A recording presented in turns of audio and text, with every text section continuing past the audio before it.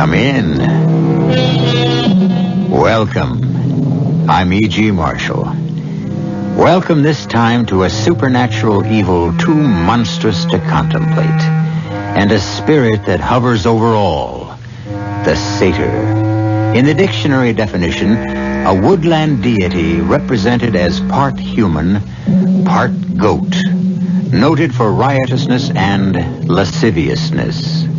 Not so terrifying in concept today, perhaps, but before the turn of the century, the Victorian era... No, Alfred, no. I'm in my own park. It wasn't me night off, so I've got to sneak in safe and sound without the mistress knowing. See you Thursday night. Right this rain, and keep your hands to yourself. I'm still a decent girl, and that's what I'll stay till I'm married. Now, off you go. Good night, Millie. Night. You'd waste a lover's moon for convention's sake?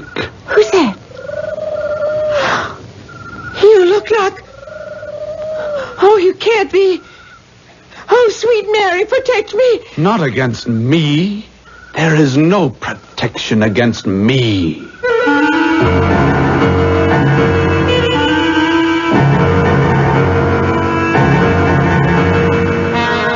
Our mystery drama, The Death Wish, was written especially for the Mystery Theater by Ian Martin and stars Ann Petoniak and Court Benson.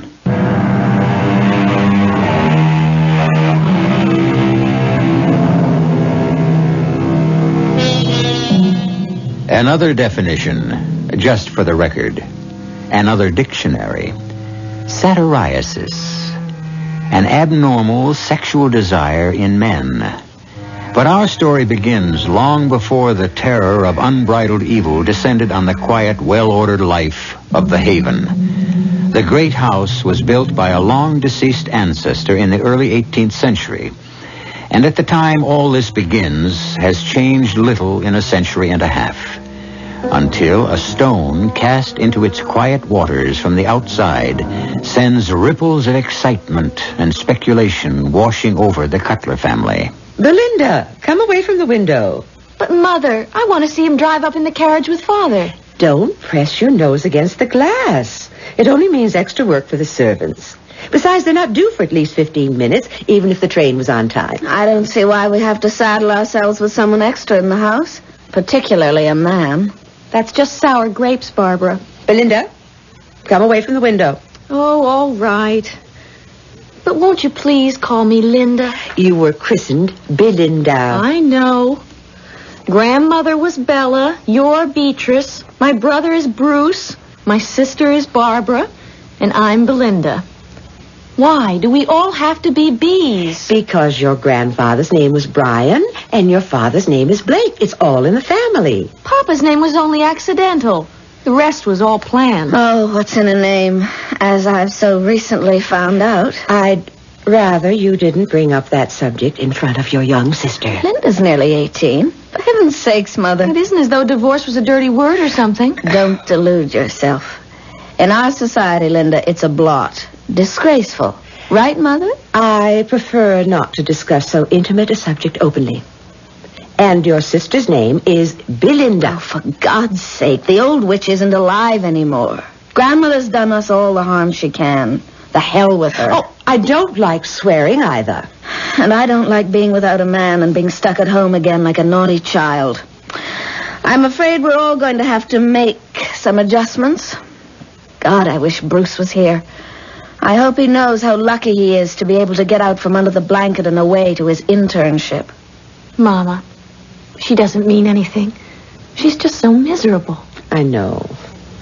I should be more forbearing. Who is this bird who's going to help feather our cushy nest, anyway? His name is Anton Gitano. Oh, it sounds so foreign and terribly romantic. Well, not really, child. As I understand it, his father was your father's batman during the Crimea. Batman? The Army's name for a valet, dear. We can't have our officers fighting wars without their boots shined. I shouldn't be so sarcastic, Barbara.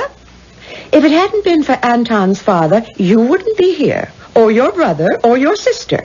He saved Blake's life at Gallipoli and very nearly lost his own. He is, or was, just as English as we. Gitano? Isn't that Spanish? Well, Blake told me that's a gypsy name. But of course, his family had lived here for generations. I never met him, but he had the most beautiful wife. I remember being quite jealous of... Excuse me, Mama, but they're here. I can hear the carriage. I can see it. It just came round by the poplars. Oh, he's the most beautiful thing you ever saw, Mama. Like a fawn. A fawn? Well, I don't mean he's half man, half, you know. He certainly is all man, I'll grant you. That aquiline face. That's what I meant. Like an ancient Roman. Or a Greek god. All right, that's quite enough nonsense from you both. Now put yourself together. And for heaven's sakes, compose yourself and greet our guests like ladies. Just be kind and gentle women. After all, the boy's father's been dead for many years now, and he has just lost his mother. How long is he expected to stay? Only till he gets settled down here and finds some employment, I hope. I really don't know. Your father was so strange about him. What do you mean, Mama? Well, it's so unlike Blake, but I really couldn't pin him down. I'm not even quite sure if he's a guest or if your father means to give him some work about the grounds or something. Beatrice, I have our guest with me. Come in, Blake, dear.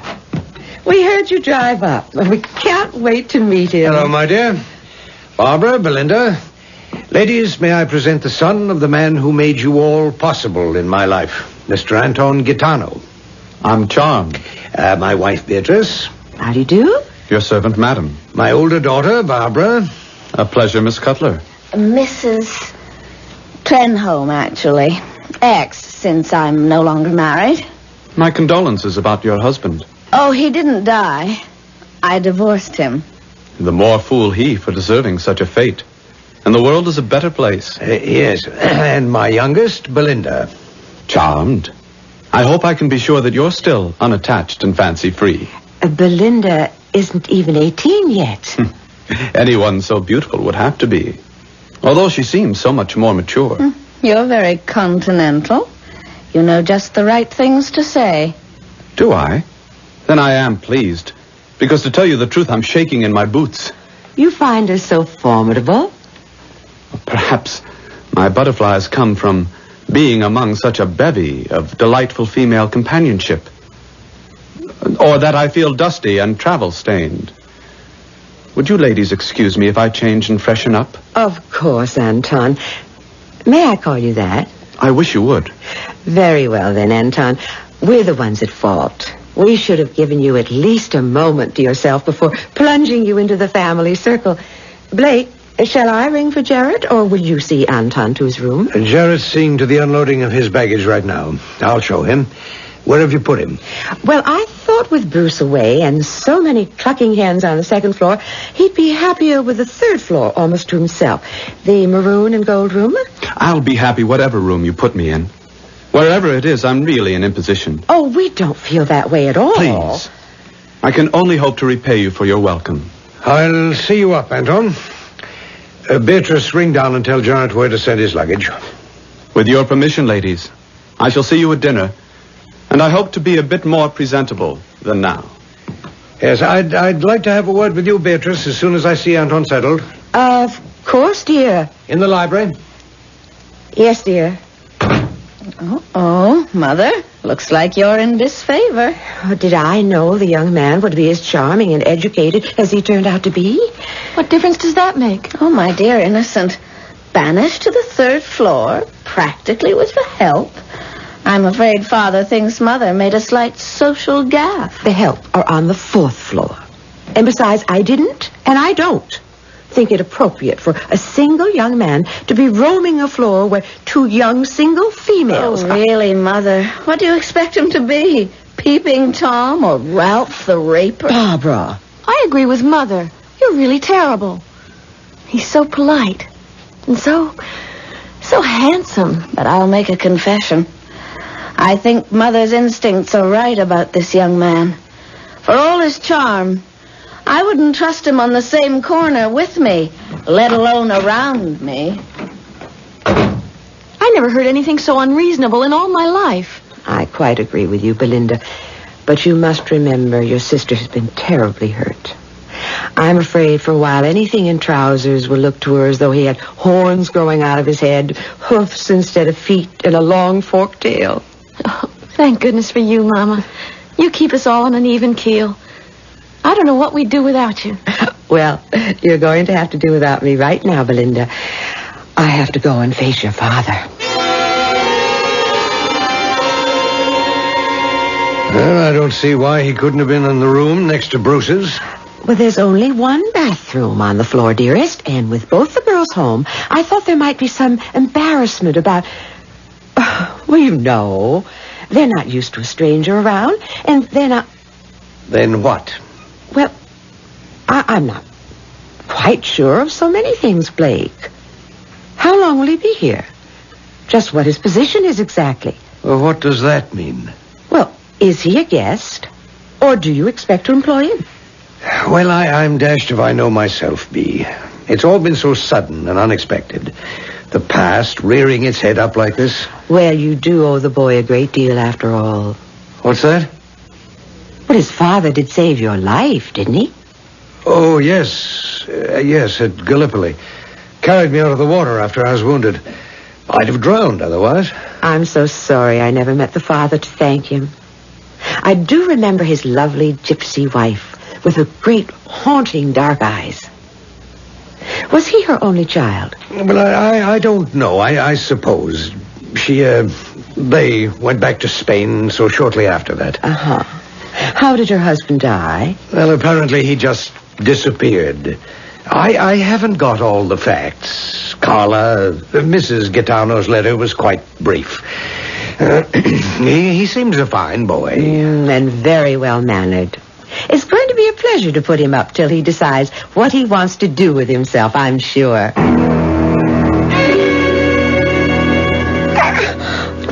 I'm sorry, I didn't mean any harm. Millie, isn't it? Yes, Mr. Gitano? It isn't difficult. Gitano. It means gypsy in Spanish. Oh, I knew when I saw you. I should have let the butler bring your things up. Why? You afraid of a little fun, Millie? Not exactly, but I have my own steady, Alfred. And I'm a decent girl. Do you know, Millie? They're the very best sort. I'll have one of the men bring up the rest of your things.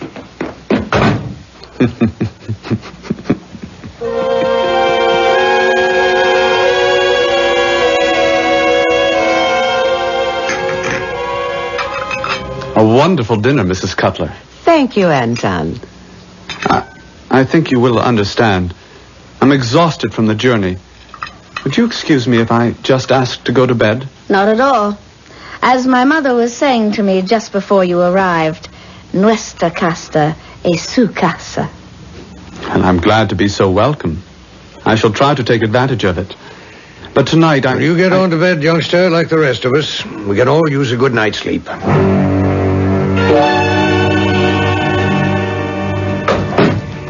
Well, Bee, have you tucked in your little chicks for the night? Long ago. Barbara and Belinda have been asleep for well over an hour. It's almost midnight. Well, it's high time for all law-abiding people to be abed. Come on, join me before I fall asleep. I'm sorry you're tucked away already. It's such a beautiful night. A big, round, full moon. A lover's night. I came to get a sweater. I'm going to take a little stroll in the garden. Well, I'll get up and get dressed. Oh, no, darling, you're tired. I won't be long. Just a little turn as far as the court garden. That's good night. Because I know you'll be asleep like the rest of the house by the time I get back. Now, Alfie, I'm still a decent girl, and that's what I'll stay till I'm married. Now, off you go, Alfie. Good night, Millie. Good night. You'd waste a lover's moon just for convention's sake? Oh, no, Millie. Who's that? Oh, sweet Mary, protect me. Not against me. There is no protection against me.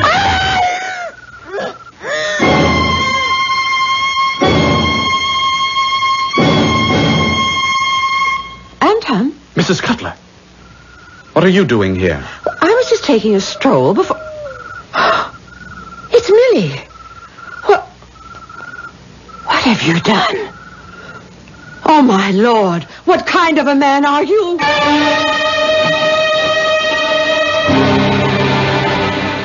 What indeed has Anton done?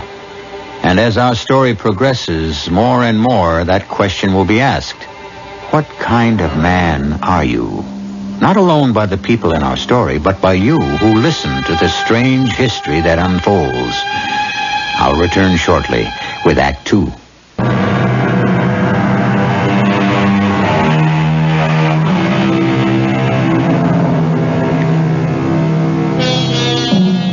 It is no moment for the squeamish, this midnight encounter in the court garden of the great manor named the Haven. The garden itself is surrounded by an 8-foot-high brick wall. The only entrance, the wrought iron gate at which Mrs. Cutler has stopped. The garden itself is evergreen, its paths moss and lichen covered. By the light of day, it is quaint and inviting. By moonlight, it is macabre and forbidding. A fitting setting for the girl stretched limp on the ground and the figure hunched over it. Anton, is this you? Unmasked, Mrs. Cutler.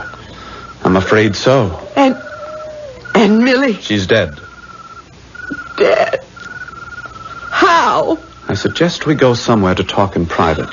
But Millie, I must see to her. She may not be... You may take my word for it that she is dead. It was an accident because she wasn't intelligent enough to listen to me.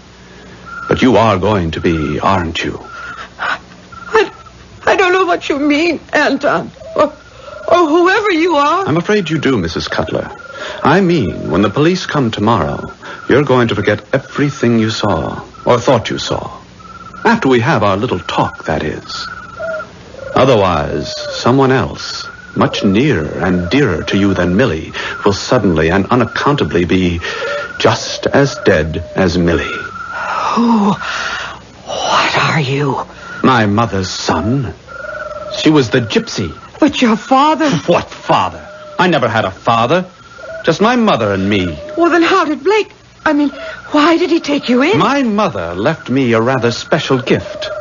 Shall I show it to you? Oh, I don't want to see. I don't want to know anymore. I just want to go... You must! Oh, you're hurting me. You'll forget physical pain in a moment. Wait. Ah, there. The moon is out again. Let's see. Yes, he'll do. You see the owl sitting there in the tree?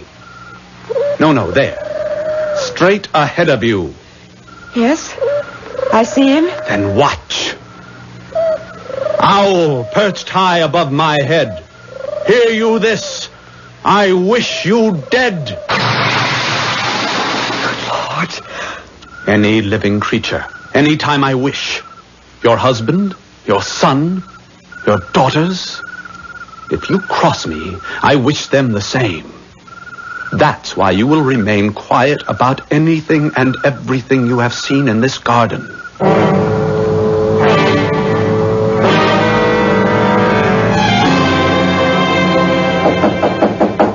It's Blake there. Come in. What time is it? Well, it's nearly 10 o'clock, Bee. Oh, good heavens. Now, how could you let me sleep so late? You seemed absolutely exhausted this morning. I couldn't manage to wake you. I know. I had a terrible dream. Must have been a dream. Kept me awake till dawn. What kind of a dream? It doesn't matter. I don't want to talk about it. 10 o'clock? What are you doing home from business? Well, there's been a terrible accident. A what? I'm afraid the police are here, and they wanted to ask you a question or two. Me? Why me? What sort of accident? One of the upstairs maids was found by the gardener in the court garden this morning. What do you mean, found? Dead? Yes, I'm afraid so. The cheeky, lively little one, Millie, I think her name is. But it wasn't a dream. What did you say, Bee? I said, This is just like a bad dream. Poor little Millie. But why on earth would the police want to see me? Well, darling, I happened to mention that you took a stroll outside last night about midnight and that you mentioned you were going as far as the court garden. But I didn't. It was chillier than I thought, so I turned back. What happened?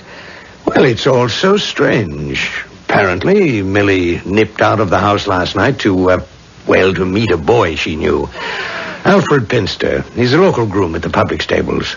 And they think he did it. Oh, no, he's in the clear. Fortunately for him, the ground in the court garden was damp. There wasn't a trace of his footsteps in there. Only the girls and... And what else? Well, what killed the poor child? That vicious billy goat of Tam Pierce's. Apparently it got loose last night and chased Millie into the court garden. I suppose she thought she could close the gates and keep him out, but he got in after her and... And what? Well, his hoof marks were all over the place. Oh. Even on... Well, he must literally have trampled it. Oh, how terrible. Yeah, it was a lucky thing for young Alfie, though. Otherwise, it would have looked like a plain case of, to be polite, assault. That, too. Well, let me get dressed. I really should talk to the police myself.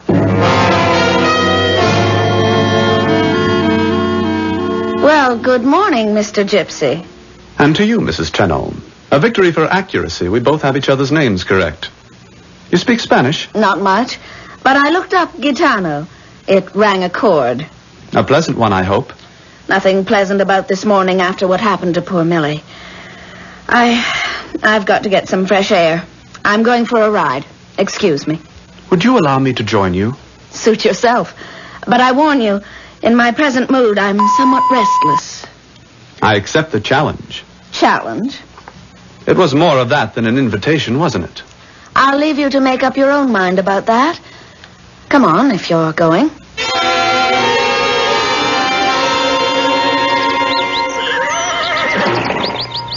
I love the view from here. There's the haven away down there to the left. It's a very large estate, and so near town. It's a priceless property. I think so, too. But not in terms of money, which is obviously what you meant. Why don't you like me?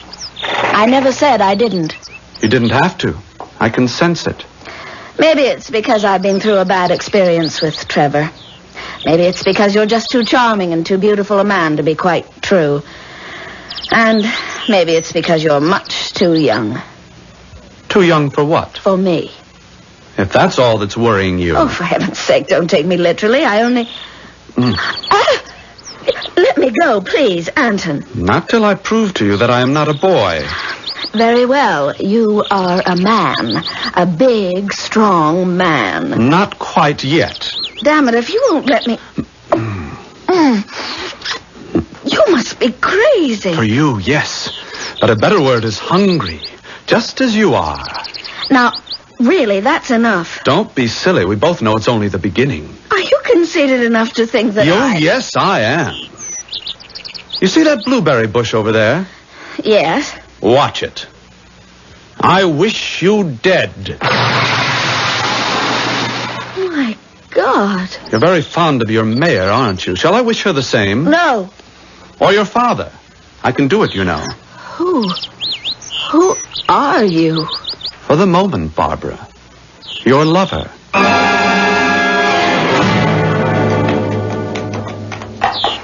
You might as well have wished me dead. I doubt it. You'll get used to me as a surrogate husband. I'll kill myself if you ever touch me again. You do, and I promise your father will die as I killed that bush. Why us? Your power must be the same anywhere else in the world. Why do you come back to haunt us? Because my mother ordered me to, and she... Why do you stop? You mean when she died? If you want to call it that. I mean, when her time had come. I don't understand. I don't understand anything.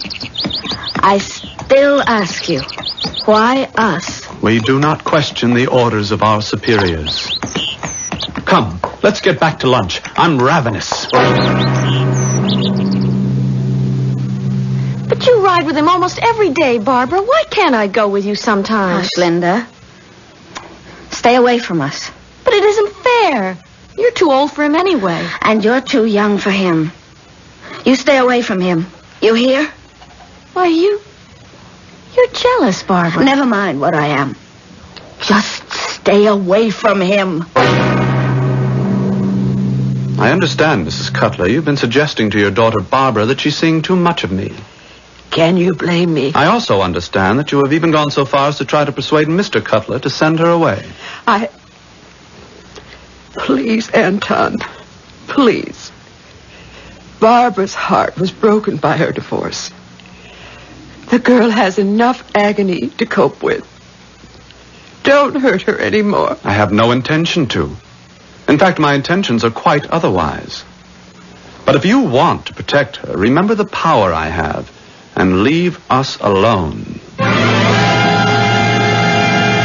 Please, Papa, I'm begging you. Papa, you haven't called me that, Barbara, since you were a little girl. Well, I'm not that anymore. Can't you? Won't you please send him away? I can't. I can't do that. And you know, too. He's like a cancer. Spreading and spreading till he infects and destroys us all. And how can we stop it? We're like puppets. All he has to do is pull the strings, and we have to dance to his command. We've got to stop him somehow, or we'll all be as good as dead.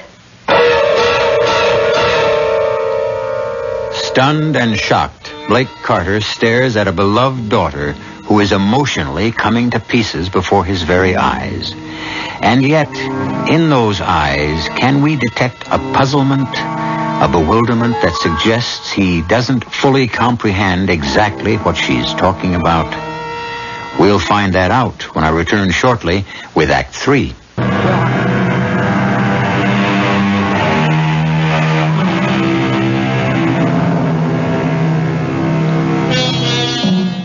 It's a lovely English September afternoon. The sun, streaming down from a cloudless sky, throws a dappling of lacy shadows on the bright green lawns as it streams through the trees. From the outside, the great manor seems well named, the Haven. But inside, something dark and insidious is growing, like a black, invisible mushroom, poisoning the atmosphere the Cutlers breathe, threatening their very lives, one by one. In the library, Barbara and her father remain as we left them, facing each other, gripped by emotions not yet fully explained. What do you mean, as good as dead? Let's not fence with each other, Papa. Obviously, you know his power and are as helpless as we are. Power? I don't understand you. To kill anything he wants, just by wishing it. Barbara, I really don't understand what you're saying. What do you mean his power to kill anything he wants to? Didn't he show you? Did you just take him at his word? Barbara, come, sit down for a minute. You're shaking all over. What is it, child? Oh, it's just remembering those first terrible, awful moments. Oh, Papa, he scared me. He really scared me almost to death. All right, darling. I won't let anything else hurt you if I possibly can. I couldn't help with Trevor, but I can with Anton, whatever it is. Tell me about it. And because of some trick with a bush, he forced you to... It wasn't any trick. I saw it die with my own eyes. Didn't he give you an example? Of what? Of how all he has to do is wish something dead. And it is. Oh, you're seeing things, dear. Imagining. You've always had too much of it. This wasn't imagination. It's cold, stark, brutal reality. But you didn't believe it when he showed you. You thought it was just some kind of trick. Showed me what, dear? He hasn't showed me anything like that. Then why did you say you can't send him away? Darling, don't press it. It's because I have an old debt to repay. Let's leave it at that. But I certainly intend to have a talk with Anton. After what you've told me, I'm damned if I'll sit still for what's happened. I'll just take my chances unless he agrees to marry you. Marry me? Well, isn't that what you want? I wouldn't marry him if... Oh, Lord. I don't know what to do. Just leave it alone, Papa. Will you please? Let me try to work it out. But, Barbara... Yes, come in. Oh, I'm sorry, sir. Am I interrupting anything? No, not a thing. Come in. If I'm breaking into family business or something... I was just leaving. I'll leave you two together. Papa? Yes? Leave it to me. There's nothing for you to worry about, Barbara. I know how to handle myself now. But I... Leave it to me, please, and close the door. I have a feeling I did interrupt something. I'm sorry if I came at a bad time. You didn't. I want to talk to you. Well, then I feel better. I wanted to have a talk with you, sir. Well, I should think it's about time. So Barbara has been telling tales out of school. Quite naturally. I wonder just how much she has revealed and what she expected to gain by it. Isn't that what you wanted to talk to me about? Not exactly, sir. The subject I wanted to discuss was money. I can't imagine why you insisted on dragging me all the way down to the court garden, Barbara.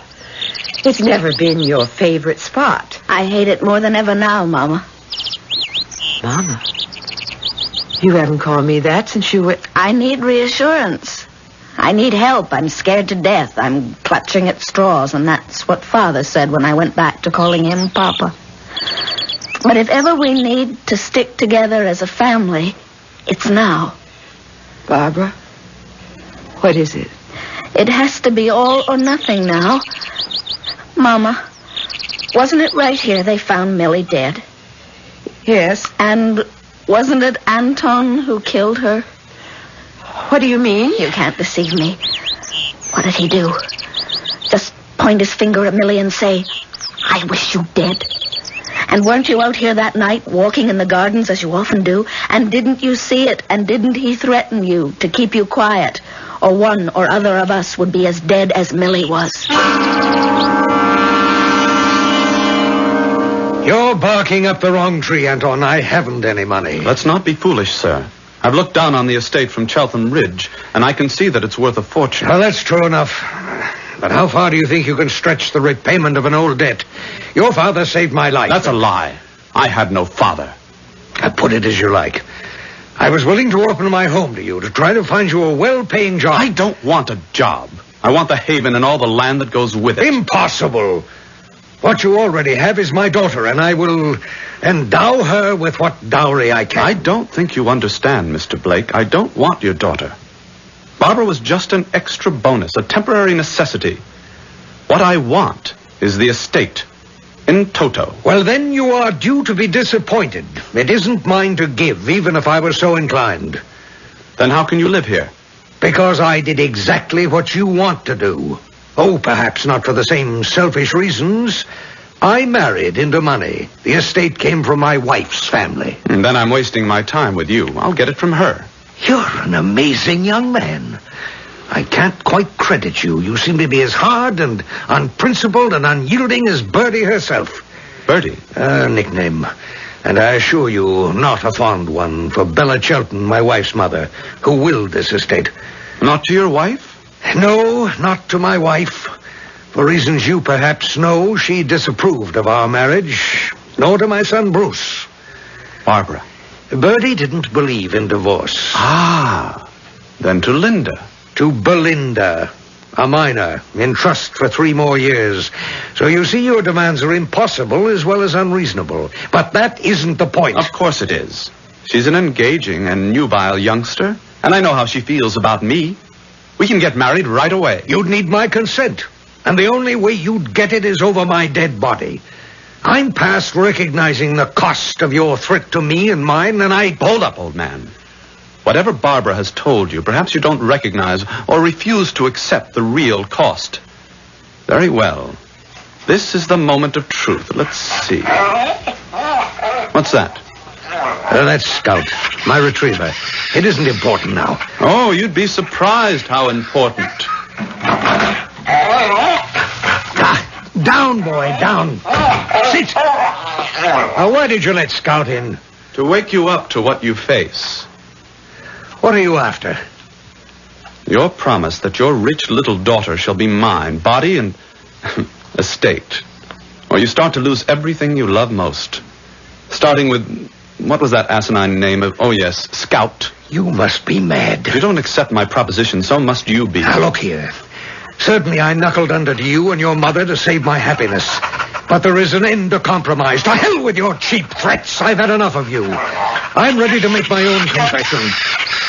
To prove my mastery over your master, Scout. I wish you dead. What have you done? What I can do to you, or yours, animal, vegetable, human, whatever I decide. Think it over, old man. I'll give you a reasonable time to make up your mind. Let's say till tomorrow night. You do understand, Papa, now. You do believe. Yes. But what can we do? Mother's involved, too. You know that. She is? He killed Millie. Mother stumbled on it that night. She went out for a walk. He's got us all involved, except Linda. Your little sister is no longer immune. He knows the money goes to her. He wants to marry her. You can stop that. The one thing I can do. But it's only temporary. It isn't the only thing we can do. What else? Anton enjoys killing things, whatever or whoever they may be. I've already promised to take him grouse hunting tomorrow.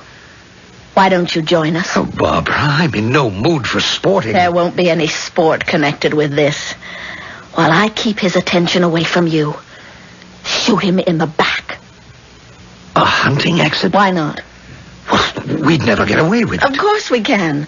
He's nobody here, and everyone knows who we are, our family. Papa, it's the only way. You're more of a man than I am, Barbara. All right, we'll do it.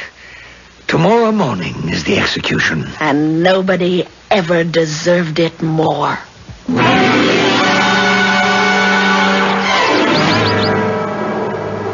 I've been looking forward to this. I'm very glad you made up your mind about Linda and me, sir. She's happy, too. Yes, the only thing to do. I haven't said anything to either of the girls, huh? No, better not. Might be a little difficult. When do we flush some birds? I miss old Scout.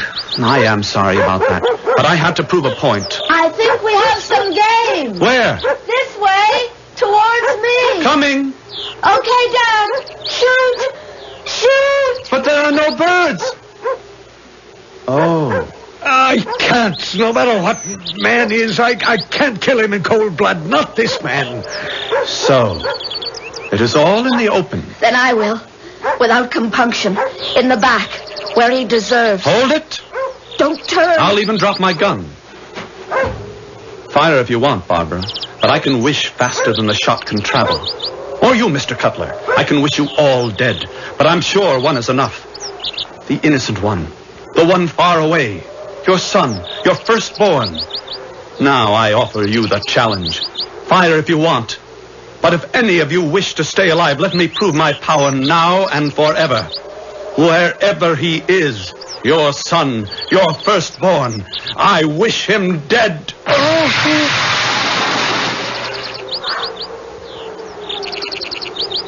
What happened? He's dead. But we didn't. We didn't have to. He killed himself. How? There never was a father that saved me at Gallipoli. Only an excuse to try to explain a black-eyed gypsy called Carla, who caught me in her spell and to whom I lost my head, my heart, and my honor. I should say your mother's honor. I've carried the shame of it all these years, till he turned up with that letter from her. Apparently, she never told Anton the truth. But he was My firstborn. I didn't want your mother to know. There are a lot of things about all of us we don't want anyone to know, Papa. And when you said she cast a spell, perhaps you were right. He said himself she was a witch. And look, now, where he's lying. What do you mean? I've felt it. Heaven help me. But maybe that's only in my mind. Still, I see him from the waist down, all hair and 2 cloven hooves. It was poor, innocent Linda who first called him a fawn. He was far more evil than that. Thank God he is without life, because what I see lying there is a satyr.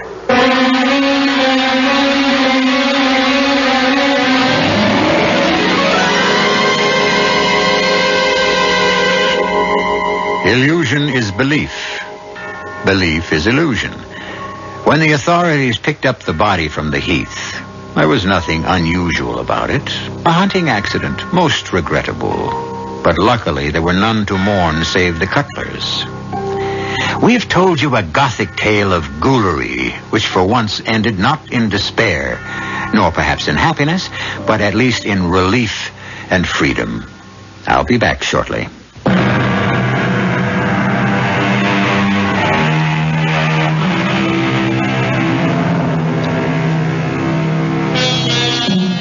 Mrs. Cutler never learned of her husband's ancient transgression. Barbara married soon after and was a woman who had learned how to make marriage work and thrive. And Belinda finally got her family to call her just simply Linda, which was enough for the moment. She spent a few tears over Anton, who might have been, but being her age was soon adjusted to whatever was to be. A state, as long as it is expectant and hopeful, which is the best any of us at any age can ask for. Our cast included Anne Petoniak, Roberta Maxwell, Jada Rowland, Court Benson, and Michael Zaslow. The entire production was under the direction of Himan Brown. This is E.G. Marshall inviting you to return to our Mystery Theater for another adventure in the macabre. Until next time, pleasant dreams.